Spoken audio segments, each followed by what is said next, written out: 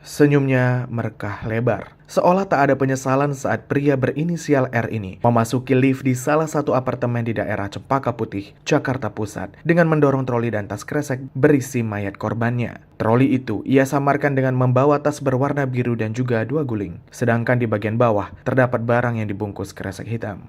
Ya, ia baru saja membunuh rekan kerjanya karena diduga sakit hati dan membuang korbannya. Korban berinisial AYR berusia 36 tahun ditemukan tewas tak bernyawa di kolong tol Becakayu Bekasi pada hari Senin 17 Oktober 2022. Penemuan AYR ini tak lebih dari 24 jam sejak video pelaku tersenyum di dalam lift terekam. Dalam video CCTV yang terekam, peristiwa ini terjadi pada pukul 19.25 waktu Indonesia bagian Barat. Kini tersangka telah diamankan oleh pihak kepolisian dan masih dilakukan pemeriksaan lebih lanjut. Terkesan seperti film, namun ini benar terjadi. Tetap jaga diri dan waspada dengan sekitar.